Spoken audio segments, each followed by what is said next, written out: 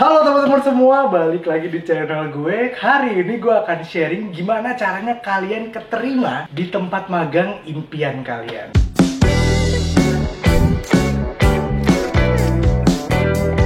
Coba cerita Mas Fadli itu siapa dan kok bisa jadi nge-hire anak magang gini? Perkenalkan, nama gue Fadli. Sebelumnya gue aktif di beberapa organisasi juga selain di Indonesian Diaspora Network. Kebetulan aku juga bikinin namanya Indonesian Scholarship Network, Mas. Aku juga ngumpulin namanya jaringan beasiswa yang ada di dunia gitu. Nice.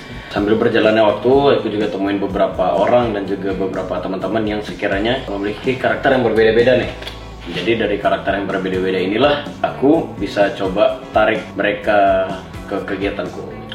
Nah, teman-teman berarti kalau yang mau dapat beasiswa bisa kontak Mas Fadli di sini, Instagramnya di sini teman-teman ya. Oke, kita langsung aja supaya teman-teman nggak nunggu lagi. Tips keterima magang nomor 1. Kalian jangan lupa background check dari perusahaan ataupun lembaga yang ingin kalian lamar gitu. Selain background checking dari perusahaan, kita juga perlu cek kembali apa sih posisi yang kita lamar gitu. Apakah pas dengan minat dan juga planning job kedepannya kita. Jadi pastiin teman-teman kalian udah riset ya. Jangan sampai kalian sukanya tentang perkapalan tapi daftarnya di industri otomotif. Itu agak misleading ya teman-teman ya. Nah, yang nomor 2 adalah update CV yang paling baru teman-teman. Ini hasil gua brainstorm sama Mas Fadli ceritanya ya. Kemarin tuh kita udah interview ratusan anak magang untuk di event CID5, Kongres Indonesian Diaspora ke-5, yang sebelumnya kita berhasil mendatangkan ya presiden ke-40 sekian Amerika Serikat, yaitu Papa Barack Obama. Presiden Barack Obama.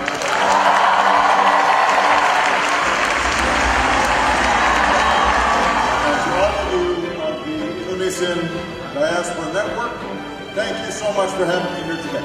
CV ini penting banget, jadi gua sama Mas Fadli tuh ngeliatin CV orang banyak banget ya. Dan ada yang susah dibaca, ada yang mereka malah ngirim Microsoft Word, terus habis itu klik link di Microsoft Word kita ya. Mereka malah nyuruh kita nggak klik link, padahal kita cuma minta CV-nya. Dan kayak itu agak mempersulit kita ya Mas Fadli ya. Lumayan sih, challenging lebih tepatnya.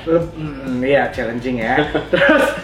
Terus habis itu juga ini penting banget teman-teman. Ketika ada instruksi drop your CV, it's not just dropping your CV ya teman-teman ya, tapi jangan lupa ada body emailnya juga. Betul nggak Mas Fadli? Betul banget. Kenapa penting Mas Fadli body email? Nah, gak lucu nih kalau kalian ngelamar suatu pekerjaan ataupun ini baik intern ataupun pekerjaan ya, kalian mau ngelamar ke satu tempat nih, tapi nggak pakai body email yang menjelaskan kalian mau ngapain gitu, hanya ngirim CV doang. Lalu what do we expect? Apa sih ekspektasi kalian gitu? Karena kan kita butuh seenggaknya perkenalan gitu. Nggak mungkin kan kalian datang ke rumah orang cuma ngasih paket gitu, nggak ada halo selamat siang, nama saya ini, saya dari ini, mau mengantarkan ini. Nah itu kurang lebih as simple as that.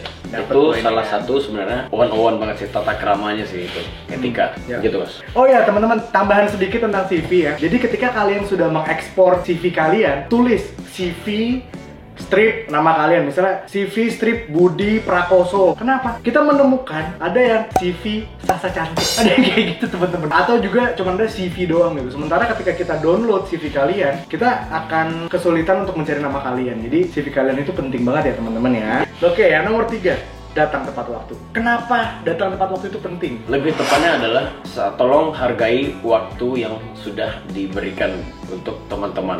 Karena kan kita di sini juga mengalokasikan waktu kita untuk interview, waktu kita untuk meluangkan waktu untuk bekerja juga, untuk seleksi itu memakan waktu yang tidak cukup sebentar menurut saya ya. Jadi memang kalau kalian ingin dihargai, kembali tolonglah hargai para interviewer nantinya, begitu. Jadi kalau bisa datang 10 menit, 15 menit sebelum waktu yang sudah ditentukan ya teman-teman ya. Kalau misalnya kalian naik MRT, cuma 10 menit. Ingat, hitung tangganya, naik tangganya sama jalannya. Itu yang suka miss tuh di orang-orang. Mereka ngeliat, iya MRT cuma setengah jam Lebak Bulus, HI gitu. Tapi ngitung naik tangganya jangan lupa, itu 10 menit sendiri teman-teman. Tips keempat, keep sopan dan profesional teman-teman ya. Karena kadang-kadang kita suka, weh gue kenal Bapak Fadli, weh Bapak bro, siap bro. Nah, itu jadi kayak, ini kita lagi mau profesional, bukan mau hangout nongkrong di kitchenette gitu kan teman-teman. Jadi keep profesional, walaupun udah kenal jangan jadi over friendly karena kalian ngerasa, gue kenal nih acara gitu. Lanjut. Oke, kalian harus mampu untuk mengidentifikasi strength weakness, opportunity, dan juga threat dari kalian sendiri, yaitu SWOT. Dari strength, weakness, opportunity, dan threat ini tentunya kalian bisa mencoba menganalisa diri kalian sendiri, introspeksi, strength kalian itu di mana, kekuatan kalian di mana. Oh, kalian ternyata orangnya bisa bekerja fokus tapi hanya di malam hari gitu. Berarti kalian orangnya seperti burung hantu. Nah, lalu ada juga yang ada weaknessnya juga. Weaknessnya ternyata dia bisa beradaptasi tapi kecepatannya seperti kura-kura. Jadi cukup lama. Kura-kura kan tetap jalan lambat tapi tetap ada tujuannya.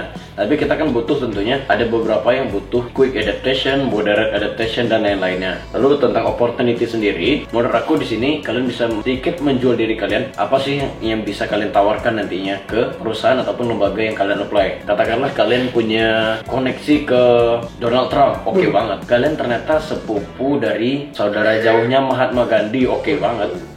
Nah, lalu terakhir adalah threat. Kita bisa analogikan bagaimana kira-kira ada kegiatan lain yang sekiranya itu akan mengganggu kontribusi kalian atau aktivitas kalian selama mengikuti magang ataupun pekerjaan ke depannya begitu. Oh, ternyata saya punya banyak freelance nih. Saya punya freelance di kebun binatang.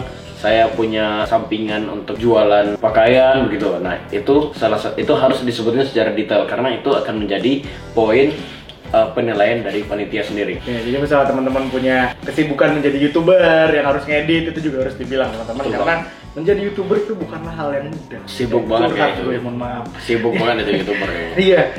Harus ngejar subscriber dan semuanya gitu. Ngejar AdSense ya. Tapi tenang teman-teman, kalau di YouTube gue ngejar value ya. Oke, kita tandain ya. Iya, karena AdSense-nya nggak nutup ya. Ya oke, lanjut. Yang selanjutnya adalah bikin PR teman-teman.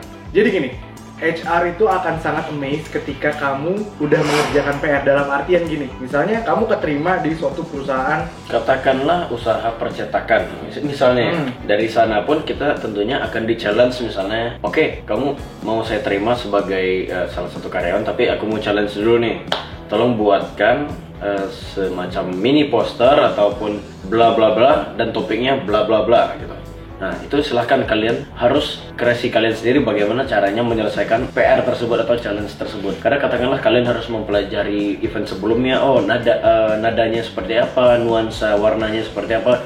Itu tentunya PR bagi teman-teman desain mungkin ya Mas ya. Karena kan teman-teman di sini akan banyak beberapa halnya, ada yang substance, ada yang engagement, tentunya itu akan ada berbeda-beda challenge-nya. Kalau katakanlah substansi, itu lebih tepatnya kita akan cari sebenarnya orang yang memang mengerti ataupun paham mengenai isu-isu tertentu, ataupun mereka proofreading-nya cukup bagus, punya pengalaman writing dan research yang bagus, itu akan menjadi nilai plus. Begitu. Nah, bayangin kalau kalian sudah melakukan challenge yang tadi Mas Fadli bilang sebelum interview. Jadi misalnya, katakan kalian mau jadi social media manager di satu perusahaan gitu ya. Kalian riset dulu, ini perusahaan KPI-nya gimana, terus engagement-nya gimana, interaksinya gimana, kontennya gimana. Nanti kalian bisa kasih ke HR-nya gitu. Nah, yang terakhir teman-teman, kenal orang dalam. Wah, bukan maksudnya bukan kenal orang dalam terus kalian curang teman-teman ya. Tapi kenal orang dalam yang bisa ngasih insight buat kamu. Kayak misalnya di kantor tuh culture-nya gimana, terus value apa yang mau diangkat dari perusahaan tersebut mau maju ke arah mana, dan lain-lain gitu. Betul banget. Karena kan memang selain kita mengetahui dari background dari office-nya sendiri ataupun perusahaan ataupun lembaga itu sendiri, kita perlu tahu siapa sih notable person yang sekiranya ada di perusahaan ini. Contohnya kalau mau di diaspora ataupun di counterparts-nya di FPCI, Foreign Policy Community Indonesia, itu ada Pak Dino Patijalal. Beliau sebagai salah satu orang terkemuka di Indonesia, pernah menjadi Duta Besar Indonesia untuk Amerika Serikat, dan juga pernah menjadi jubir dari Presiden Republik Indonesia. Nah, sampai sedetail itu akan menjadi nilai plus buat teman-teman, karena mengetahui siapa sih foundernya. Oh, ternyata kamu kesini karena terinspirasi dengan foundernya dan lain-lain, seperti itu. Oke, jadi itu aja teman-teman tips magang dari Faiz dan Fadli. Betul. Semoga, kita berharap semoga teman-teman dilancarkan untuk progres magangnya dimanapun teman-teman apply. Dan sampai ketemu di video selanjutnya. Bye. Subscribe dong, boleh kali ya. Makasih, bye.